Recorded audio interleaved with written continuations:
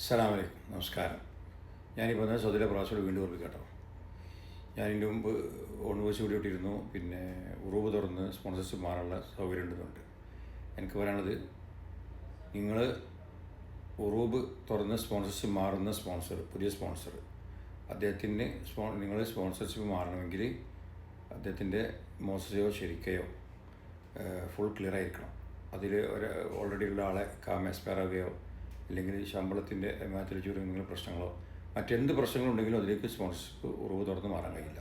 അതെല്ലാം ക്ലിയറുള്ള മോശയിലേക്ക് മാറാൻ ശ്രമിക്കുക. കഴിയുന്നതും നിങ്ങൾ ചെറിയ മോശയോ മറ്റോ കണ്ടെത്തി അതിലേക്ക് മാറാൻ ശ്രമിക്കുക. നല്ല ലെവില്ലാതെ നിങ്ങൾക്ക് ഇവിടെ തുടരുന്ന സ്ഥിതിയിലേക്ക് നീങ്ങണം. പിന്നെ എനിക്ക് പറയാനുള്ളത്, ഒരുപാട് ആൾക്കാർ ഇപ്പോഴും ഉറവ് മാറാൻ കഴിയാത്ത ആൾക്കാരുണ്ട്. പുതിയ സ്പോൺസറെ കണ്ടെത്തി, പക്ഷേ തളവ് അഥവാ റിക്വസ്റ്റ് അയച്ച് നോക്കുമ്പോൾ മാറാൻ കഴിയാത്ത അവസ്ഥ. കാരണം സിസ്റ്റത്തിൽ കാണിക്കുന്നത് സൗദി വന്നിട്ട് 1 വർഷം ആയിട്ടില്ല എന്നുണ്ട്. 1 വർഷമാകാത്തതുകൊണ്ട് ഉറവ് മാറില്ല എന്നിട്ട് പുതിയ ഉറവുകളൊന്നും തുറക്കില്ല, പഴയ ഉറവുകൾ മാത്രമേ തുറക്കുന്നുള്ളൂ. 1 വർഷമാകാത്ത സൗദി വന്നിട്ട് 1 വർഷം കഴിയാത്ത ആളുകൾക്കൊന്നും ഉറവ് തുറന്ന് മാറാൻ കഴിയാത്ത അവസ്ഥയിലാണ്. ഈ ഇളവ് എപ്പോഴാണ് നിൽക്കുക എന്ന് പറയാൻ പറ്റില്ല. ചിലപ്പോൾ ഈ നാഷണൽ ഡേൻ്റെ ഭാഗമായിട്ട് ഓപ്പണാക്കിയതാണെന്നോ അതും പറയാൻ പറ്റില്ല.